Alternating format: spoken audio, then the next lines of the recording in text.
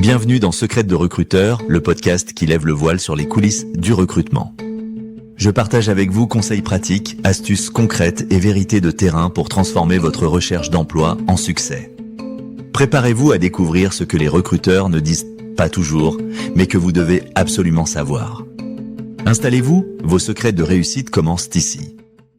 Bienvenue dans cette nouvelle analyse. Alors aujourd'hui, on s'attaque à un sujet qui, je crois, est une véritable source d'angoisse pour beaucoup de monde. Les fameux trous dans le CV. Ah oui, le grand classique. C'est ça. On a tous cette image, vous savez, du recruteur qui fronce les sourcils en voyant une période d'inactivité et là, le stress monte. Mais les sources qu'on a explorées pour aujourd'hui suggèrent un vrai changement de paradigme. Ce n'est plus le tabou absolu que c'était. Notre mission, c'est de voir comment on peut transformer ces interruptions, qu'elles soient choisies ou subies, en un récit puissant qui joue en notre faveur. Et ça, c'est un point essentiel, parce que le marché du travail lui-même a changé. Les carrières parfaitement linéaires, sans la moindre pause, c'est devenu très rare, presque une anomalie. C'est vrai. Et les recruteurs, en tout cas les plus aguerris, ils le savent. Donc l'approche qu'on va décortiquer, ce n'est pas une technique pour, disons, cacher la poussière sous le tapis. C'est vraiment une stratégie pour valoriser ces périodes. D'accord. Il s'agit de comprendre ce qu'ils cherchent vraiment à évaluer. Et ce n'est souvent pas un manque de compétences, mais plutôt une preuve de résilience, de maturité. Le jeu a changé en fait. C'est très intéressant. Alors, commençons par le début. La question fondamentale. Pourquoi cette obsession pour les périodes d'inactivité ? On a souvent l'impression que c'est une question piège, un peste pour voir si on va s'effondrer. C'est exactement ça. Mais il faut sortir de cette idée que le recruteur est un adversaire. En fait, dans la plupart des cas, il cherche à évaluer des qualités qui sont invisibles sur un CV classique. C'est-à-dire ? Capacité d'une personne à gérer une crise, à s'adapter à l'imprévu ou à rebondir après un échec. Ah oui, je vois. Une interruption de carrière, en revanche, c'est une étude de cas en direct. La question, ce n'est plus « qu'avez-vous fait ?», mais plutôt « comment avez-vous géré ça et qu'est-ce que vous en avez appris ?» C'est un test de caractère, pas de continuité. Donc si je suis la logique, mentir ou même juste embellir la réalité, inventer une petite mission freelance pour combler un vide, c'est la pire stratégie possible. La pire. Si le recruteur évalue la maturité, une tentative de cacher quelque chose, ça envoie le signal d'une personne qui n'assume pas son parcours en fait. C'est la seule arme viable, la transparence. Et il y a un élément rassurant que nos sources mettent en lumière. Beaucoup de recruteurs, eux aussi, ont des parcours qui ne sont pas linéaires. Ils ont connu des pauses, des reconversions, des doutes. Ils ne sont pas là pour juger, mais pour comprendre. Donc une interruption, ce n'est ni unique, ni honteux. Le vrai enjeu, ce n'est pas le trou en lui-même, c'est la confiance qu'on dégage en parlant. D'accord, c'est la posture qui compte. Voilà. Si on est serein, qu'on présente cette période comme une étape constructive, même si elle a été difficile, on projette une image de force, de contrôle. Mais est-ce que cette vision n'est pas un peu idéaliste ? On peut quand même imaginer que certains recruteurs, disons plus vieille école, tiquent encore en voyant un vide de 6 mois, non ? Vous avez raison, oui. Tous les recruteurs ne sont pas aussi modernes dans leur approche. Mais la tendance de fond, elle est là. D'accord. Et de toute façon, la stratégie reste la même. On ne prépare pas son discours pour le pire des recruteurs, mais pour le meilleur. On vise l'entreprise qui saura reconnaître la valeur de la résilience, de l'adaptabilité. C'est un bon point. Si un recruteur rejette une candidature juste à cause d'une interruption bien expliquée, c'est peut-être un signe que la culture de cette entreprise n'était pas la bonne. C'est un filtre mutuel en quelque sorte. D'accord, je vois. Excellent point. Alors, si on a compris que le but n'est pas de piéger, mais d'évaluer, la première bataille se joue avant même de parler. C'est sur le papier, sur le CV. Comment on s'y prend concrètement ? Le CV, c'est la première étape du récit. Et les sources sont très claires. Il faut d'abord identifier la nature de l'interruption. Il y a une différence fondamentale entre une interruption volontaire et une subie, j'imagine. Exactement. La première catégorie, les interruptions volontaires, c'est le congé sabbatique, un long voyage, une formation ou même une pause pour s'occuper d'un proche. Celles-là, aujourd'hui, elles sont très bien perçues, à condition de les marketer correctement. Qu'est-ce que ça veut dire, marketer correctement ? On ne va pas juste écrire « voyage en Asie du Sud-Est », si ? Surtout pas. L'erreur, ce serait de le présenter comme des vacances. Il faut le traduire en compétences. Un voyage de 6 mois, ce n'est pas que des photos sur Instagram. Bien sûr. C'est la gestion d'un budget, la résolution de problèmes au quotidien dans un environnement inconnu. C'est l'apprentissage de l'autonomie et souvent de nouvelles compétences linguistiques. D'accord, donc on le tourne en expérience pro, quasiment. En projet. Au lieu de voyage, on peut écrire projet personnel, immersion culturelle et linguistique. Et en dessous, on liste les compétences. Adaptabilité, autonomie, gestion de budget, ça change tout. C'est beaucoup plus puissant, en effet. Et pour l'autre catégorie, alors? Celle qui fait le plus peur, les interruptions subies, licenciements, problèmes de santé ou une recherche d'emploi qui s'éternise. Là, l'approche est différente, bien sûr. On ne célèbre pas l'événement. On met en avant la gestion de la crise. Le recruteur ne s'attend pas à ce qu'on ait aimé être licencié. Non, évidemment. Mais il veut voir comment on a rebondi. Et c'est là que la valorisation des activités parallèles devient cruciale. Une des sources cite l'exemple d'un développeur qui, après un licenciement, a passé 6 mois à créer un jeu vidéo. Ah oui, c'est un super exemple. Sur son CV, il n'a pas mis recherche d'emploi, mais développement d'un projet personnel, création d'un jeu sous Unity. Il a transformé une période subie en une preuve d'initiative, de passion et d'autonomie. Ça, c'est l'idéal. Mais bon, tout le monde ne code pas un jeu vidéo. Qu'est-ce qu'on fait si on a juste cherché du travail? Personne ne fait juste ça. Même dans ce cas, on a suivi des webinaires, on a fait des formations en ligne, peut-être un peu de bénévolat, on a aidé un ami à monter son site web. Il faut valoriser ces micro-activités. Tout est bon à prendre. Tout. Et même la recherche d'emploi en elle-même, ça développe des compétences. La persévérance, la gestion du rejet, l'organisation.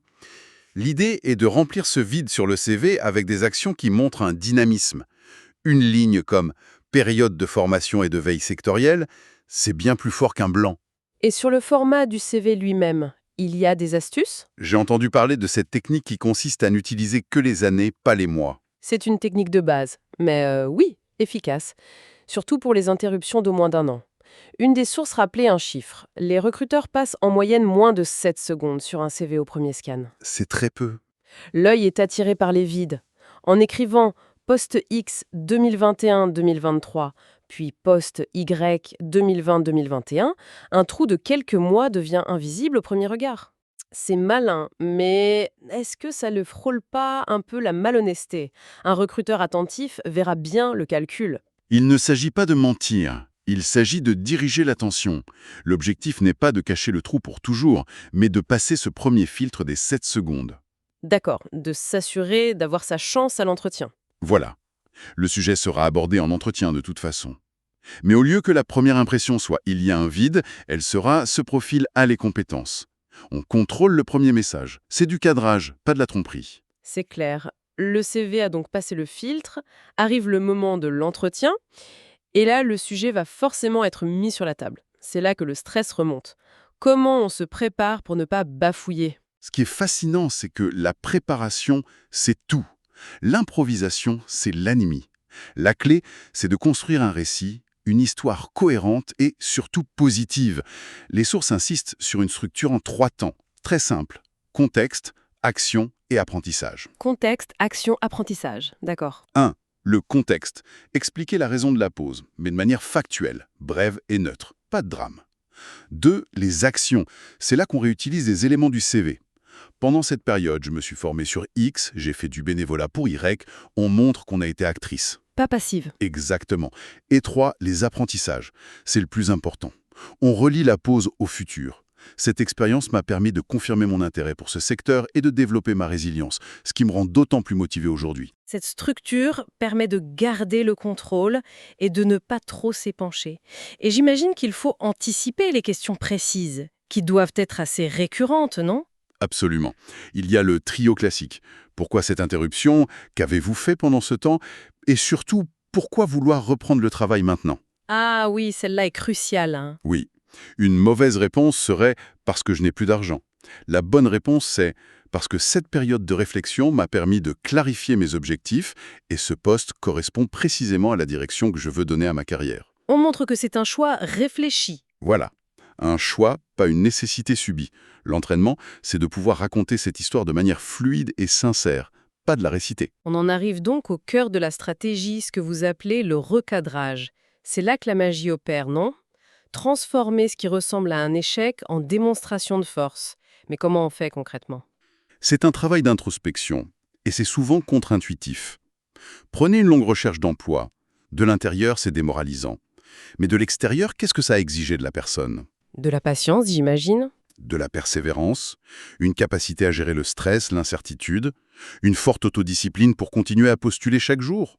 Ce sont des soft skills extrêmement recherchés. Il faut juste apprendre à les nommer. C'est fou, on ne pense jamais à le formuler comme ça. On vit ces périodes passivement, mais en fait, on développe des compétences de survie qui sont très précieuses en entreprise. Exactement. Un autre exemple, une pause pour s'occuper d'un parent malade. C'est difficile, mais ça développe des compétences incroyables en gestion de projet, en logistique, en communication, en gestion de crise. Des compétences de manager presque. Presque. Il faut faire cet exercice de traduction, lister les épreuves et, pour chacune, identifier là où les compétences que ça a mobilisées. Créativité, autonomie, résilience. La liste est souvent plus longue qu'on ne le pense. Et au-delà de ces compétences, les sources mentionnent aussi l'évolution personnelle. Le fait de mieux se connaître serait valorisé. De plus en plus. Un candidat qui dit « Cette pause forcée m'a permis de réaliser que j'étais dans une voie qui ne me convenait pas, et c'est pour ça que je me réoriente aujourd'hui vers ce secteur avec une conviction renouvelée. » C'est un candidat qui a fait un travail sur lui-même. C'est un candidat qui sait ce qu'il veut. Pour un employeur, c'est un gage de motivation et de stabilité. Cette clarté née d'une période difficile, c'est un avantage compétitif énorme. Parlons maintenant des cas les plus sensibles, ceux qui génèrent le plus d'appréhension. Commençons par les problèmes de santé. Comment en parler sans violer sa propre intimité ou effrayer le recruteur ? La règle d'or ici, c'est l'équilibre entre transparence et discrétion. Inutile, et même contre-productif, de donner des détails médicaux. C'est privé. C'est d'ordre privé. On peut simplement dire « j'ai dû m'arrêter pour des raisons de santé ». Mais l'important, c'est ce qui vient juste après. Il faut immédiatement rassurer et se projeter. Mais ce problème est aujourd'hui totalement résolu et je suis à 100% de mes capacités, avec une énergie renouvelée. On ferme la porte sur le passé. Et une ancienne entreprise. Ça donne l'impression d'une personne négative qui ne sait pas prendre ses responsabilités. D'accord, donc on reste factuel. On reste factuel et on dépersonnalise. On parle d'une restructuration, d'une divergence de vision stratégique. Et si la recherche d'emploi qui est suivie a été longue, on peut la justifier. Après cette expérience, j'ai décidé de prendre le temps de trouver non pas un travail, mais le bon travail. Votre entreprise fait partie de ma sélection très ciblée. Ça transforme une attente subie en une démarche proactive. C'est très fort. Exactement. Pour conclure alors, sur la stratégie globale, quels seraient les derniers conseils pour s'assurer que l'approche est vraiment optimale ? Le premier élément qui chapeaute tout le reste, c'est l'attitude. La manière dont on parle de ces interruptions est aussi importante que ce qu'on en dit. Si on aborde le sujet avec confiance, avec sérénité, en regardant le recruteur dans les yeux, on transmet l'idée que c'est une étape normale et maîtrisée. L'assurance est contagieuse. Complètement. Et le deuxième conseil, c'est l'adaptation. Il ne faut pas avoir un discours unique, standardisé. Il faut le personnaliser. En fonction de l'entreprise ? Oui. Si on postule dans une start-up qui valorise l'agilité, on mettra en avant la créativité et l'autonomie. Si on vise une grande banque, on insistera plutôt sur les formations suivies, la veille sectorielle.